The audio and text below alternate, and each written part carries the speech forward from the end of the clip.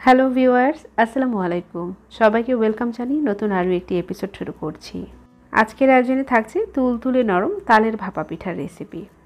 আর মাত্র 15 থেকে 20 মিনিটের মধ্যে তৈরি করে নিতে পারবেন এই তুলতুলে নরম ভাপা পিঠাটি।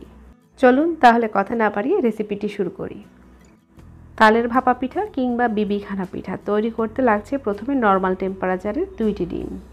ডিমগুলো যদি নর্মাল ফ্রিজে থাকে তাহলে অবশ্যই 30 মিনিট আগে নামিয়ে রাখতে হবে। আর সাথে অ্যাড করে দিয়েছি 1 কাপের মতো চিনি।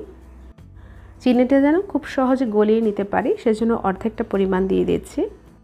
একটা হুইক্সের সাহায্যে এইভাবে আমি ডিমটাকে নেড়েচেড়ে মিশিয়ে নিচ্ছি। ডিমের মধ্যে যখন কিছুটা ফেনা ভাব দেখা দিবে তখন আমি বাকি চিনিটাও দিয়ে দিচ্ছি। চিনিটা যখন সম্পূর্ণ গলে যাবে তখন কিন্তু এটা ফেটাতে ফেটাতে এর কালারটা অনেকটাই ফ্যাকাশে হয়ে যাবে। চিনিটা যখন সম্পূর্ণ গলে যাবে তখন এখানে অ্যাড করে দিয়েছি আমি 1 কাপের মতো ঘন তালের রস। আপনারা চাইলে আর একটু পাতলা ধরনের তালের রসটাও ইউজ করতে পারেন। অনেক সময় তাল দিয়ে পিঠা পায়েস বানালে একটু তেতো ভাব লাগে।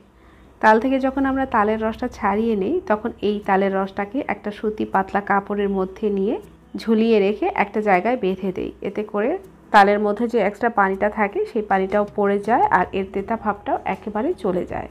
আর কিছুটা পাতলা রস পেতে চাইলে এরপর এখানে কিছুটা পানিও অ্যাড করতে পারেন। দিয়ে দিচ্ছি পরিমাণ মতো লবণ, দিয়ে দিচ্ছি 1 চা চামচের মতো ড্রাই ইস্ট। আর এই ইস্টটা আপনারা যে কোনো ধরনের বড় সুপার শপ বা মুদি দোকানে পেয়ে যাবেন। আর হাতের কাছে ইস্ট না থাকলে আপনারা চাইলে সমপরিমাণ বেকিং পাউডারটাও অ্যাড করতে পারেন। সব কিছু খুব ভালোভাবে মেশানো হয়ে গেছে। এবার আমি এখানে অ্যাড করে দিয়েছি শুকনো চালের গুঁড়া 2 কাপের মতো। শহরের বাসাবাড়িগুলোতে আমরা সাধারণত তালের রস কিংবা চালের গুঁড়াটাকে ফ্রিজে সংরক্ষণ করে থাকি। আর আমরা যখন এই তালের রস কিংবা চালের গুঁড়া দিয়ে পিঠা তৈরি করব সেটা অবশ্যই ফ্রিজ থেকে প্রায় 2 ঘন্টা আগে নামিয়ে রাখতে হবে। একেবারে নর্মাল হয়ে গেলে তখন এটা দিয়ে পিঠা তৈরি করতে হবে। ফ্রিজের ঠান্ডা ডিম, চালের গুঁড়া কিংবা তালের রস ঠান্ডা থাকলে এটা দিয়ে পিঠা তৈরি করলে কিন্তু পারফেক্ট রেজাল্ট পাওয়া যাবে না। সব কিছু মিশিয়ে নেওয়ার পর ব্যাটারটা একটু ঘন মনে হচ্ছে। এখানে আমি 1/4 কাপের মতো আগে থেকে জাল করা তরল ঠান্ডা দুধ দিয়ে দিচ্ছি। দুধের পরিবর্তে এখানে কিন্তু পানিও অ্যাড করতে পারেন। এবার সব কিছু আবারও খুব ভালো করে মিশিয়ে নিচ্ছি। ব্যাটারের কনসিস্টেন্সিটা একটু দেখিয়ে দিচ্ছি। এটা কিন্তু এইভাবে হুইক্স থেকে ছিঁড়ে ছিঁড়ে পড়বে। আর এই ব্যাটারটাকে 5 মিনিটের জন্য রেস্টে রেখে দিয়ে তারপরে পিঠা তৈরি করতে হবে। পিঠা তৈরির জন্য আমি ছোট 3টা স্টিলের বাটি নিয়েছি। আর এই বাটির মধ্যে আমি একটু তেল ব্রাশ করে নিয়েছিলাম। আপনারা চাইলে কাপকেকের মোল্ড কিংবা চায়ের কাপের মধ্যেও এই পিঠাটা তৈরি করে নিতে পারেন। সম্পূর্ণ ব্যাটারগুলো ঢালার পর এবার ওপর থেকে কিছুটা নারকেল কোড়া দিয়ে দিচ্ছি। হাতের কাছে নারকেল না থাকলে না দিলেও চলবে, তবে খেতে ভালো লাগে। দেখার সৌন্দর্যের জন্য ওপর থেকে কিছুটা কিশমিশ দিয়ে সাজিয়ে নিয়েছি। আর এই পিঠাগুলো ভাপ দেওয়ার জন্য একদম তৈরি হয়ে গেছে। এবার একটা মোটা তল বিশিষ্ট হাঁড়িতে আমি 3 কাপের মতো পানি দিয়েছি আর এর মধ্যে একটা স্ট্যান্ড দিয়ে দিয়েছি। লক্ষ্য রাখতে হবে পানিটা যেন স্ট্যান্ডের ওপরে না আসে। এবার আমি সমানভাবে পিঠার বাটিগুলো বসিয়ে দিয়েছি আর ওপর থেকে ঢাকনা দিয়ে ঢেকে দেব। আর ঢাকনা যেন কোনো ধরনের ফাঁকা না থাকে সেদিকে লক্ষ্য রাখতে হবে। ঢাকনা যদি একটু ফাঁকা থাকে তাহলে ওপর থেকে কিছু ভারী কিছু দিয়ে চাপা দিয়ে রাখতে হবে। আর ঢাকনার মধ্যে যদি হোল থাকে তাহলে সেটা একটা কটন বাড দিয়ে বন্ধ করে দিতে হবে। এ পর্যায়ে চুলার আঁচটা মিডিয়াম হিটে থাকবে আর ঢাকনাটা কিন্তু একবারের জন্য খোলা যাবে না। ঠিক 20 মিনিট পর আমি ঢাকনাটা তুলে দেখিয়ে দিচ্ছি।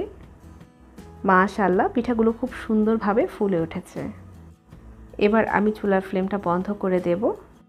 আর একটা শাঁসলিক কাঠি দিয়ে চেক করে নিয়েছি। শাঁসলিক কাঠিটা একেবারে ক্লিন এসেছে, তার মানে পিঠাটা তৈরি হয়ে গেছে।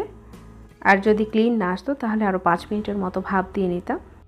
পিঠাগুলো ঠান্ডা হওয়ার পর একটা বাটার নাইফ দিয়ে চারোপাশ থেকে ছাড়িয়ে নিয়েছি। আর বাটিতে যেহেতু আগে থেকে তেল ব্রাশ করা ছিল সেজন্য পিঠাটা খুব সহজে খুলে এসেছে। এবার একটা পিঠা কেটে শেয়ার করছি ভেতরটা কেমন হয়েছে। আর আমি কিন্তু একটু পিঠাটা বড় সাইজের করে তৈরি করেছি, আপনারা চাইলে আরেকটু ছোট সাইজের করে তৈরি করতে পারেন। একটা পিঠা কাটা হয়ে গেছে। এটা কতটা পারফেক্ট হয়েছে দেখে নিশ্চয়ই বুঝতে পারছেন। উপকরণ ঠিক রেখে আপনারা যদি এইভাবে পিঠা তৈরি করেন ইনশাআল্লাহ আপনাদের পিঠাও পারফেক্টভাবে তৈরি হবে। তালের পিঠার রেসিপির মধ্যে আমি মনে করি এই পিঠাটা খুব ফাস্ট তৈরি করা যায়। আর এইভাবে তৈরি করে এয়ারটাইট বক্সে নর্মাল ফ্রিজে রেখে দিবেন, 1 সপ্তাহ পর্যন্ত ভালো থাকবে। আর রেসিপিটি যদি ভালো লেগে থাকে কিংবা কাজে লেগে থাকে তাহলে অবশ্যই চ্যানেলটাকে সাবস্ক্রাইব করে পাশেই থাকবেন। পাশে থাকা বেল আইকনে ক্লিক করে রাখবেন, এতে করে নতুন নতুন নোটিফিকেশন আপনারা সব পেয়ে যাবেন। আবারও দেখা হবে নতুন কোনো রেসিপিতে ইনশাআল্লাহ। আজকের মতো এখানেই বিদায় নিচ্ছি। আল্লাহ হাফেজ।